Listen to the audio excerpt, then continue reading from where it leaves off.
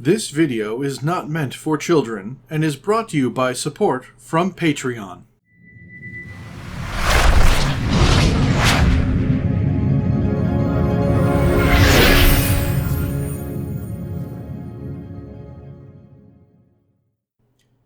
Hello, and welcome everyone. I am Maester Aelix, and this is Fallout 4 Ad Victoria, my Brotherhood of Steel modded playthrough. This is episode 0, so there's not a whole lot of plot going on. We're just doing character creation and basic setup stuff. If you want to watch along, you can see how I'm building Victoria here. The look of her face, and then a few other things that'll be added in with the Start Me Up mod.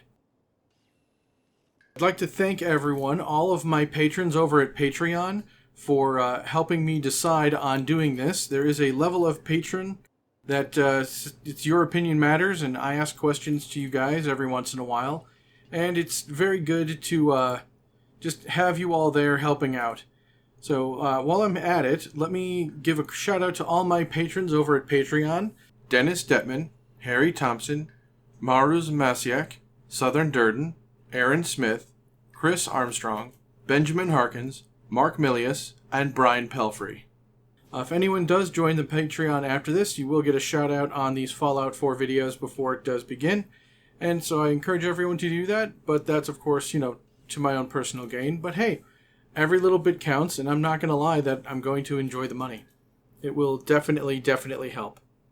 But anyway, the reason why I'm doing this playthrough is, A, I haven't done Fallout 4 in a little bit. I had to take a break after doing that last one, because the bugs built up and it destroyed me in my soul. And I really wanted to do more, but I could not. So I've cut back on the amount of mods and everything else that's like that, and now we can progress forward again. Secondly, I haven't done a Brotherhood of Steel, and for those who know my channel, I often do Enclave and Enclave-related things, and the Brotherhood of Steel and the Enclave do not get along, so I'm used to having a very negative attitude towards the Brotherhood of Steel. So it's going to be a nice challenge to be pro-Brotherhood of Steel and try to do Brotherhood of Steely things, like steel technology. But, also maybe sometimes attempt to be a good person, because, that happens once in a while. Anyway,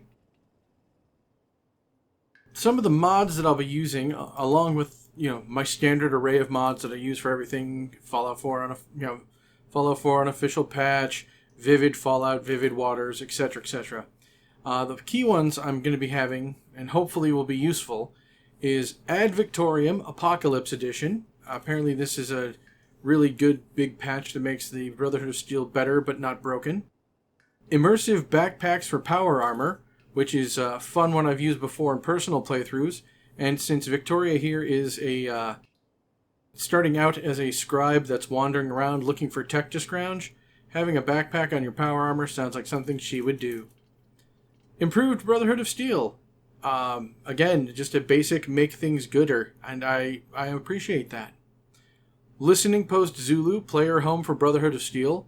Apparently it's very much like the two I used in the Enclave playthrough, so I'm very excited to check those out. And of course, Useful Technical Documents. Useful Technical Documents has very rapidly become one of my most favorite mods. Not only do you have the option to find more technical documents, and being Brotherhood of Steel, we're going to be finding them a lot, but we can also then use them to craft legendaries and to move legendary traits you find around on things. So that's going to be fun. Since I'm making Victoria here a tech head, she's going to be making her own weapons, her own armor, upgrading the power armor, all that stuff. Being able to reuse or infuse your choice of legendaries is definitely right up my alley for this playthrough. Needless to say, there's also going to be a lot of power armor play, because power armor is one of my most favorite things in this game. I think it's a fair bit improved over the ones in 2 and 3 and New Vegas. Not that those are bad, but I like these more. And that whole walking tank vehicle you climb in. And I have a few mods to help out with that, but nothing like I did when I had my Enclave playthrough. My armor will definitely be breaking more. My fusion cores will be running out faster. They do not have the advanced tech that the Enclave does. But still, that adds to the challenge, and I think it's going to be fun regardless. Also, on this and every other episode of this series, I will have my full mod list, and if I can, the order in which the mods are, for you to copy and use in your own playthrough, if you like them or not. And it's one thing I'm really dedicated to, because I've seen a few playthroughs of this game where I'm like, man, what mod is that? And they don't have their mod list anywhere, and that just gets annoying, bothersome, undesirable. It is an undesirable situation.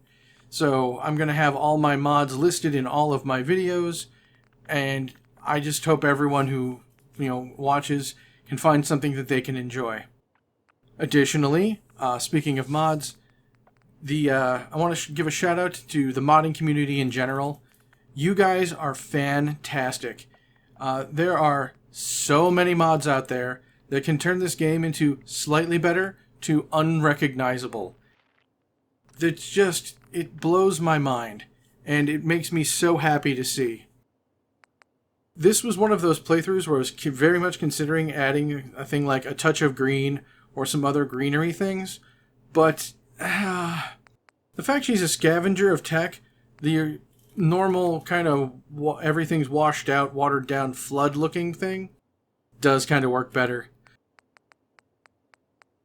Alright, well, for those who are still listening, A, thank you, and B, I do have a plan for this character, at least to start. We're starting off at the robotics dumping ground because she's Brotherhood of Steel. There's tech there. We're going to go try to scavenge it.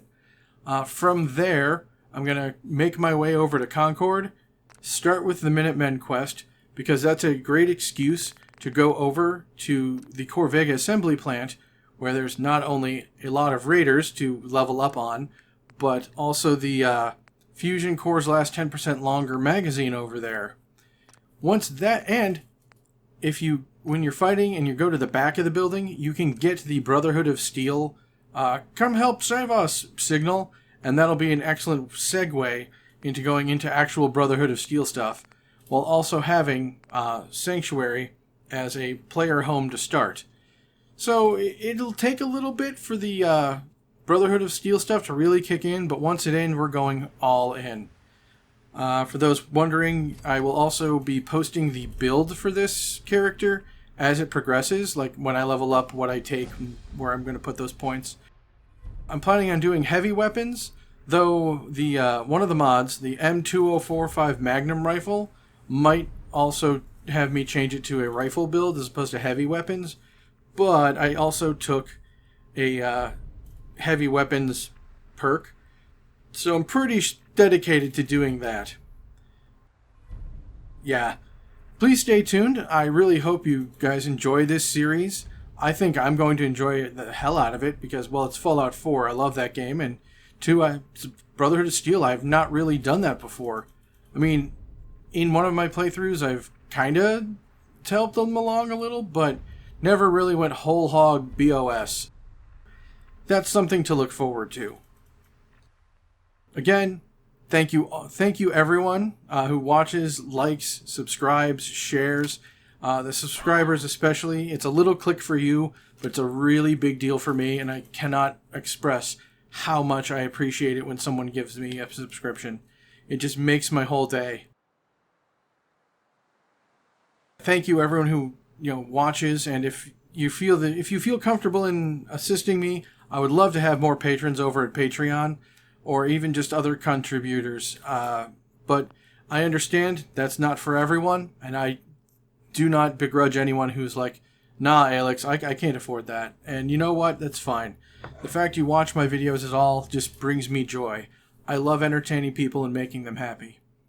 Now with that being said, I shall see you all on the next one.